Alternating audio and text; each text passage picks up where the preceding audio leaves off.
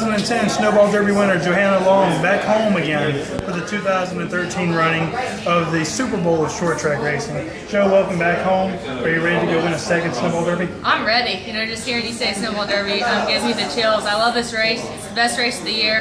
And just being able to be here with my family and just enjoying the whole weekend, it means a lot. Before we touch on the Derby, we've got to talk about your nationwide season this year. You said you learned a lot when I talked to you at Charlotte. Have you figured out what you're going to do next year yet? I don't. We're talking to a lot of teams, talking to sponsorships, just trying to figure it out. Do I have anything yet? No. We're working hard.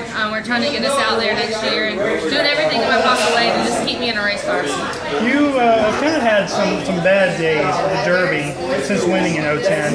And so what do you have to do to get back over the hump and get back to where you were in position to win in 2010? Well, we have Freddie Query that came on board this year. It means a lot for me. He's like a second dad. It means a lot to me in my career. He was with me when I was 14 years old, so it's like getting the band back together. He's won a lot of races this year, and to have someone like that on my side this year, it's going to be big. What exactly is it that he brings? He comes from the teaching background. Yep. He's a mentor, but beyond that, as far as the nuts and bolts, what has he taught to you as a driver?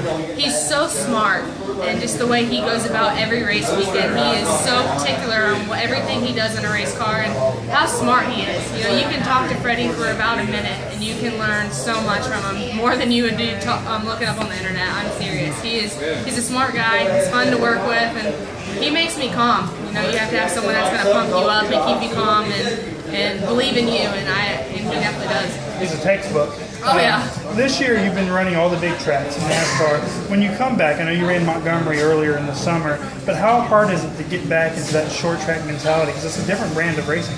Right when you get on the racetrack, it just comes back.